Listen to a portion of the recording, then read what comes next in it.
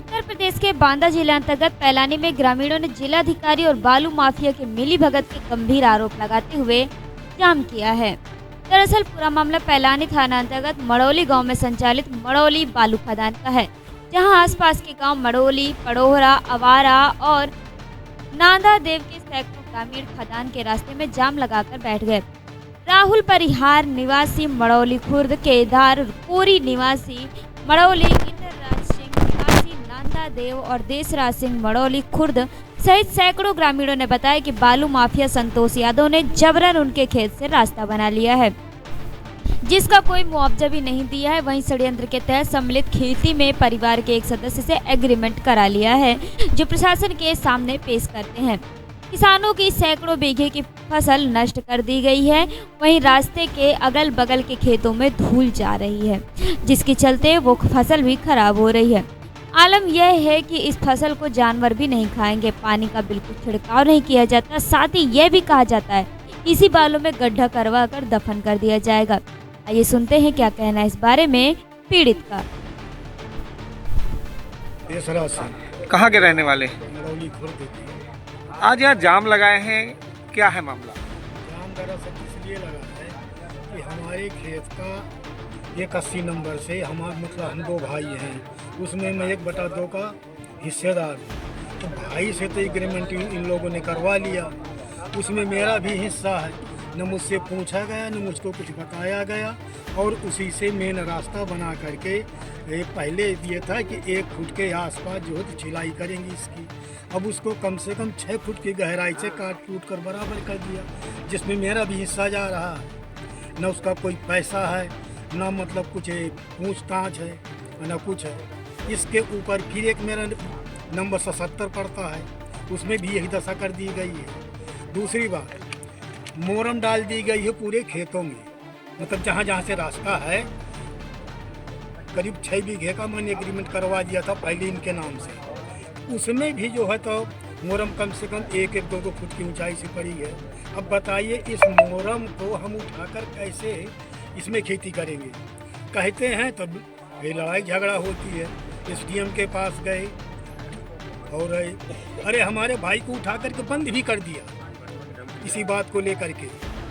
हमारा भाई जो है छोटा, वे जब ये कटाई उटाई कर रहे तो रोकने के लिए गए ये लोग। तो भाई पावर वाले तो हैं ही, इनके पास पैसा ही बहुत होता है।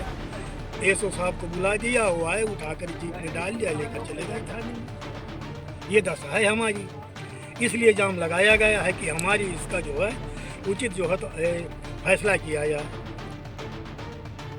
उपज सरकारी होगी।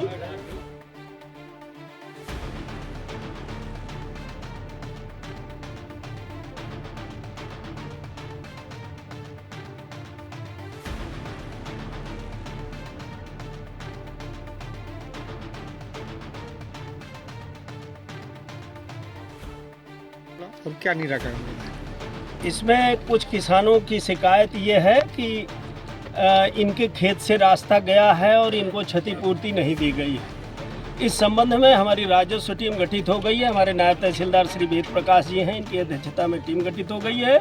और जितने घाटों से होकर के रास्ता गुजर रहा है, एक दी गई पेशानी पे प्रारूप पर ये सारी सूचनाएं एकत्रित हो जाएंगी। जिन किसानों का अगर नहीं दिया गया है क्षतिपूर्ति, तो उनको क्षतिपूर्ति दिला दी जाएगी।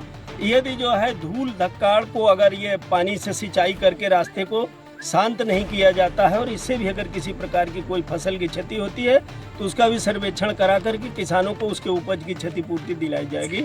और किसानों को किसी भी दशा में छोड़ा नहीं जाएगा कि उनकी क्षति होती रहे और दूसरे काम होते रहे। लोगों के संयुक्त खाते हैं और हर खेत में सबके नाम है। ऐसे में एक व्यक्ति पैसा ले लेता है और दूसरा रह जाता है, उस पर क्या करें?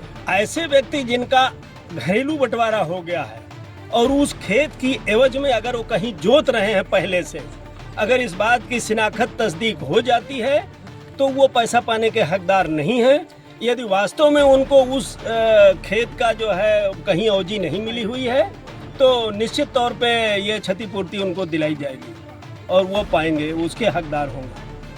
जितने भी अंशधारक होंगे उन सबको क्षतिपूर्ति मिलनी चाहिए। सर यहाँ पर ओवरलोड की भी गाड़ियाँ निकल रही हैं, उस पर आपकी तरफ से क्या कार्रवाई की जाएगी? ओवरलोड पे बराबर कार्रवाई होती रहती है। अब ये अलग बात है कि हमेशा हर कोई जो है चौकी बना के नहीं रहता, लेकिन निश्चित तौर पे न ओवरलोड चलने दिया जाएगा और ना ही अनार चलने दिया जाएगा। इस पर सख्त डीएम महोदय के द्वारा सख्त आदेश किया गया है कि किसी भी दशा में खनन में कोई गड़बड़ी नहीं की जाएगी। जबकि कांटा लगा है और सीसीटीवी कैमरे लगे हैं, इसके बाद भी ओवरलोड निकल के आता है, पीछे गाड़ियाँ खड़ी हैं और उन पर क्या कार्रवाई करेंगे?